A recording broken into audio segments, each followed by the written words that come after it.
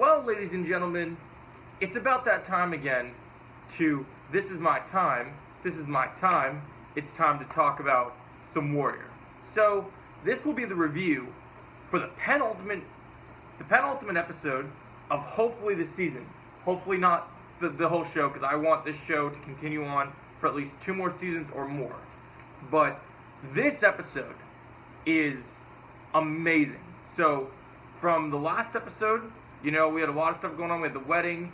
People's brothers died. It got emotional. This episode kicks it up where we left off and takes it up to high gear. So let's start with the meat and potatoes of the episode. So we start this episode off. We learned from last episode, Vi was posing as one of the maids. So our first shot of the episode, when we start this episode, we get to see Vi has dispatched Douglas's goons, or his butlers, I guess you would say. And Douglas finds her, grabs his cutlass from his war day, and he says, "You must be one of those whores from Miss Delthor." And so we get this fight scene, a sword fight to the death between Vi and Douglas. And so Vi is throwing kicks, she's fierce, but Douglas is just a bit more ruthless. He was able to do what it took to bring things down in a level that I don't think anyone else was ready for. So he was ready for it, and he goes out swinging. He's got this fencing form. They're fighting. He's using his cutlass. Then he throws a beer bottle at her head, and then we kind of fade to black as she jumps in the air, thinking that she could get the upper hand after he'd already stabbed her in the arm in a brutal fashion. He's like, you came all this way, finish this. And I love it how she hits him, and he's like, "That a girl." It was so good. It was so villainous. It shows you why Douglas is truly a threat in this show, and I think they really proved that point great. I think they absolutely made it feel earned in the best way you possibly could. So I really dug this. I thought it was cool. It definitely deserves all the hype it gets. So now we move forward in the episode, and we get our intro, and then we see Lieutenant O'Hara, former lieutenant, who had just beaten up Mr. Kevin Spacey lookalike, the original chief, and he gets a visit from Buckley, which we saw in the trailer. But in this visit, Buckley pretty much tells him, after hearing the story from the cops, that, I'm not here to fire you. I'm here to promote you. So this guy's not getting up. I need a police chief. So what do you say? So he takes the job, and then he walks in, and everyone congratulates him, and it's awesome. He looks at his family. Good for Lieutenant O'Hara, now Chief O'Hara. We knew this goal needed to happen for him. Good on you, writers, giving it to him. It was great. And then later, back at a toys brothel, things start coming together. But first, we have some other stuff going on between.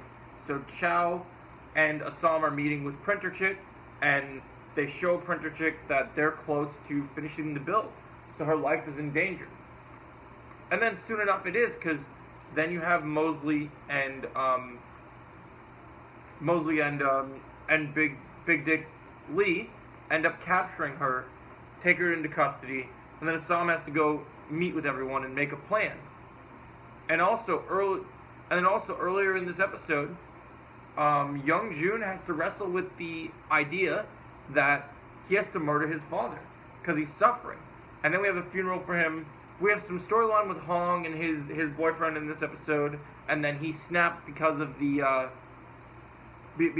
recognizes one of the cops that was beating them up during the raid earlier this season. So this was interesting. This storyline I didn't particularly care about, but I do understand that Hong is still important to the show, and they had to do something to move his plot forward. I think they did it in a good fashion. And so then we have Atoy and Assam are having a conversation, and Assam's debating between whether he wants to leave and not, and she's pretty much telling him, well, you never fit in with the hot boy anyway, but also, you're not going to find much out there. I didn't find much, but maybe you just need to find out for yourself. So Atoy's kind of giving him some advice on what to do, and it's leading to some pretty interesting places. And then, now that he's become the mayor, Leary and Douglas are kind of supposed to be a team, but Douglas's true intentions become real. Leary's not happy about it, and it leads to them having a conversation, and it doesn't go well. So then he's like, "Oh, let's have a drink. Let's do this. I can't afford to hire your men." And he talks to him after Leary talks to the boys after they've been in prison, after they've been freed from prison. How things going? Says, "I got a job for you." And then they go and get ready to blow up the railroad. But before this happens, a toy receives a visitor from her old lover, but in her arms she's carrying a dead Vi, because Vi was killed by Douglas. This was a shocking. We knew from this outcome that Douglas was ruthless, and I predicted in my promo breakdown that he would kill her, but he definitely did. And this was emotional, and they're setting the stages for something really big in the finale, which we'll talk about in the breakdown, which I can't wait to talk about because it's going to be incredible. So then we move forward this episode. So Printer Chick's arrested. Assam goes to see the cops and basically says, "Hey, look, I'll point you in the right direction. Just let her go." And so they make a deal. And then he goes and sees Chow, and he's like, "Hey, here's all this cash, and here's the deal." But before that, so let's go backwards a little bit, guys. So Douglas is giving a speech in front of all his politician friends, and Leary shows up, and he throws a little piece of the thing left. And he's like, "That's all that's left of your bridge," in his iconic Irish accent. And he's like, "So that's all that's left of your bridge," and so then he just kind of taunts him some more, and then basically they get into a debate. They realize they're not on the same side anymore, and Douglas is like, "I could have you arrested," and pretty much Leary's like, "That won't matter to me." And then he slams Douglas up against the wall, grabs him by his throat, and says, "You know, the only people that can take on men like you are men like me." And he gives him this whole speech. I love the tenseness in this scene. I love Leary this season. This episode has the best Leary stuff ever, and we're going to get into it more in the review. So then we move forward, and then after he's freed, Douglas says, "The gangster emerges." And Leary says, "You never met the gangster." and so then they move forward.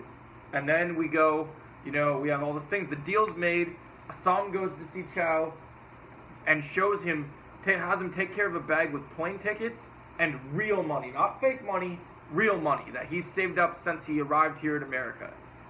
And he's trying to, he wants to get out of this. He's been thinking about what the Printer Chick said. He wants a piece of the good life. He wants to be happy. So I'm really happy for Assam. I love the character arc he's going on this season. It's been super good. And so he's willing to do anything for this chick. So he saved up money so they could go and leave when she's freed. But during this thing, which will probably take place in the finale, there's going to be a holdup in the freezer factory, which is owned by Mai Ling and Young Jun. So a war is coming for the finale for sure. So then we head here, and so then we head towards the end of this episode. The deal is struck. Assam goes and drinks with Hong and Young Jun, and Young Jun pretty much says, even though my father's gone, it's better than ever. And Chow had a great part in the funeral earlier. I thought the funeral was really well done. There's not much to say about it except for, some good words from Chow as always, which is great. Chow wasn't as much in this episode, but when he is, he's great. And then Chow even ends up making a deal before the end of this episode. And the deal ends up being that the people that are running Yak, he kind of says, I'll help you get to where the printer supplies is. So everyone's going for this printer stuff. So it sounds like it's going to boil down to a point of just absolute craziness. But as all this is happening, so they're sharing the drink between the three men in the hopway, and it seems like Young Jun's happy to see Assam. And then we find out that Hong and his boyfriend broke up, so that was kind of sad, didn't really go anywhere. And then we move forward after this deal is made. The last thing we see is Leary is in this bar. He's drinking a pint, and as he's drinking a pint, he sees some goons show up, and he says, "You must work for Mr. Strickland." And he's like, "Can I just finish my pint before it begins?" So he takes a big drink, drinks what's left of his beer, and chaos ensues. This man is showing the best form of boxing, MMA style that you have seen. He's doing brutal stomps to the face. This is like striking Krav Maga in Irish boxing. And we got some mean right hooks. We got some ridge hands. We got like just constant techniques. And he's just throwing down as brutal as possible, taking stools to defend himself, smashing dudes over the head with the beer bottle, smashing faces. This scene was glorious. Leary was definitely the MVP of this episode. I thought he was absolutely incredible. This fight scene was incredible. And the episode ends with Leary killing all these men in this bar that were all armed, taking the gun and jamming it into his throat, killing all of them, and then he screams and is all bloodied up. And then we get the Warrior title sequence. This episode was absolutely incredible. I loved it. I'm going to give this episode a 9.8 out of 10. It was such a good episode. I'm so hyped for the finale. If you guys enjoy my Warrior reviews, make sure you hit the like, share, and subscribe button. And as always, I'll catch you in the next one. Yeah. Have a great day, guys, and I'll catch you in the next video.